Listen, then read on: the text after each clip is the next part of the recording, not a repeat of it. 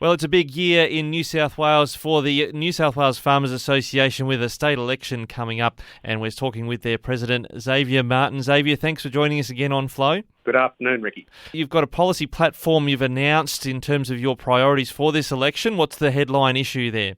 Well, we've identified 5 key areas that should be a priority for the next incoming state government as the ag sector looks to expand its role, its contribution to the prosperity and the people of the economy here of New South Wales. So we've identified 5 areas and they all fit really well from...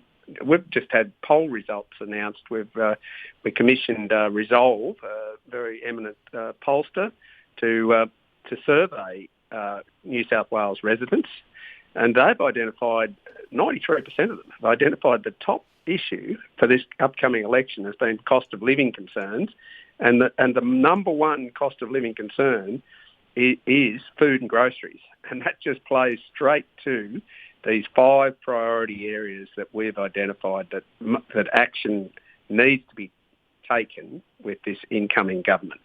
Well, we noticed that the food supply chain got stretched, if we could put it that way, in New South Wales in particular, in the northern parts when it came to vegetables. I think in particular, it was suddenly the barbecue stopper was about how much your lettuce was costing you. But I guess that's only just highlighted how sometimes our natural weather events can actually break down our food supply chains. Oh, absolutely. And whether it was meat disappearing from supermarket shelves with logistics problems or whether it's the flooded out valleys with potatoes at the moment, it's a finely balanced supply of food and clothing in this nation, and getting what citizens need as the fundamental building block. That word need, it's not a want, it's the actual essential that's needed.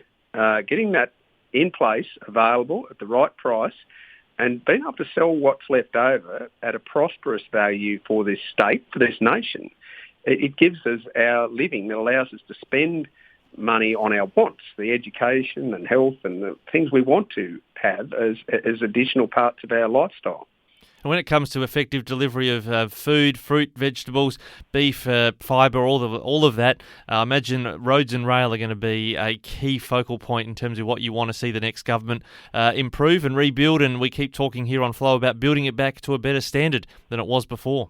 Oh, look, number one on our priority list is road and rail infrastructure and ports as well. Just getting all that supply chain investment and the repair and renewal, the short and long-term investments, not just a plan to do it or a chat to do it. We've got to actually get the commitments to the action, the funding. We need billions of dollars to get the state's regional road and rail network back into play, to get more efficiency into our ports. We're just miles behind on all these elements. They're key elements. Getting the produce out of the paddock is one thing, but then you arrive at the front gate and, who can blame a trucking company for not wanting to turn up over potholey roads, broken bridges and culverts, damaging their transport fleet? They don't want to come and pick it up, or if they do, they charge an extraordinary amount of money. That then means that produce isn't getting to either domestic or export market in a timely or efficient fashion. And so we need the funding and approval certainty from either side of politics, from all MPs really.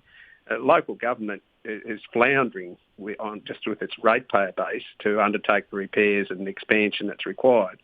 So all these things are the number one priority area, road and rail and port infrastructure.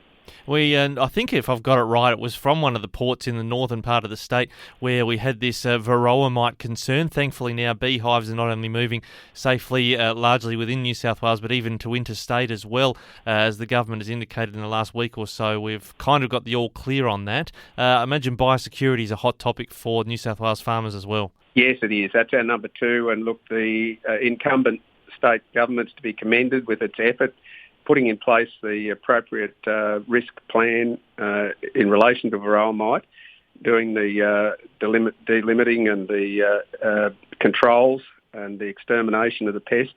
That's all been resourced very well. And we do need stronger biosecurity and traceability systems with foot and mouth on our doorstep and lumpy skin disease just offshore. We need the investment in science, in research and innovation for these sorts of animal and plant diseases. It affects a whole continuum of native and domesticated species.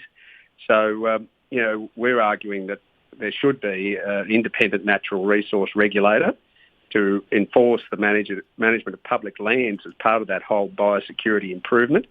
And look, the incumbent state government's to be commended too for making strong efforts along a sheep and goat traceability package to try and build the skills that are required and the infrastructure to improve our management of these sort of events.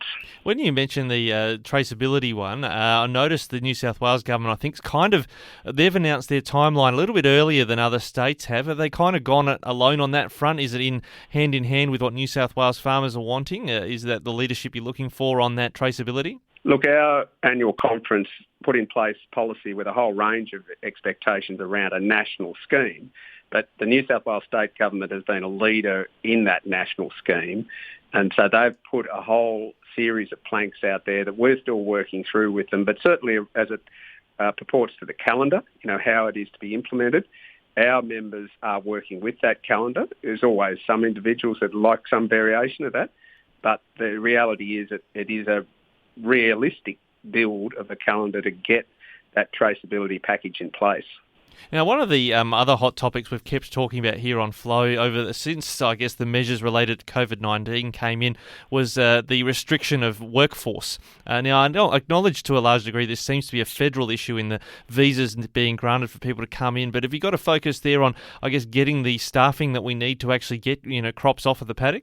Oh, look, we've got a serious problem in this state, largely as a result from COVID, but there's been a whole lot of policies that haven't really, that promised a lot, they've been patchy, and certainly the previous federal government made a serious effort across a range of workforce initiatives.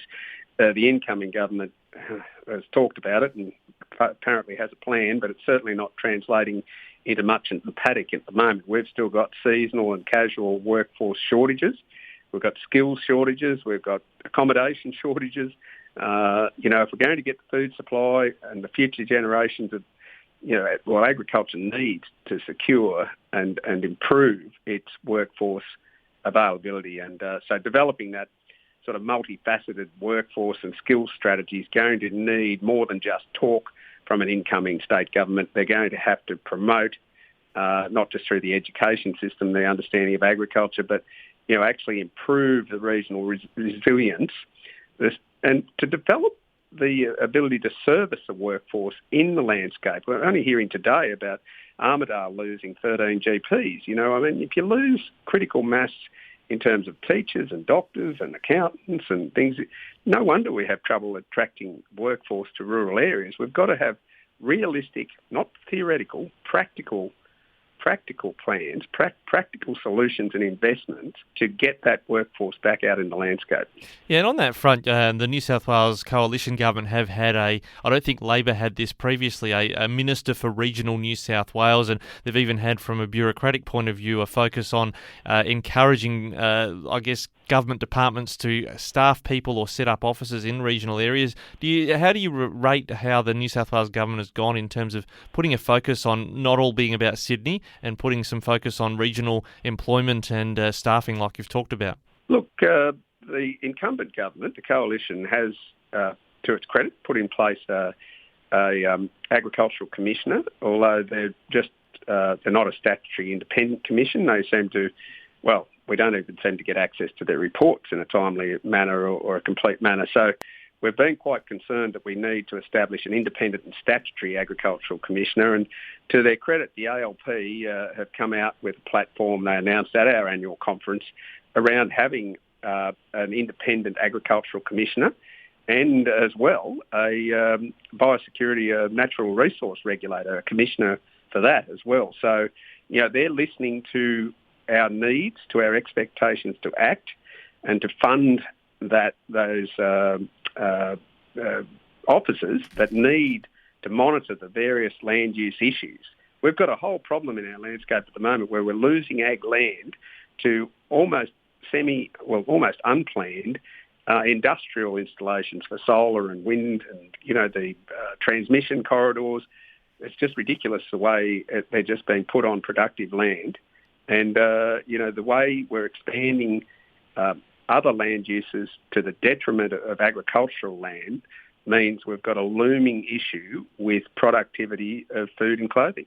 Well, plenty to cover in the next, couple of months until we get to the state election, but good to see a platform that's comprehensive from New South Wales farmers. You can check it out yourself at nswfarmers.org.au. Xavier Martin is their president. Thanks so much for joining us today. Thank you very much, Ricky.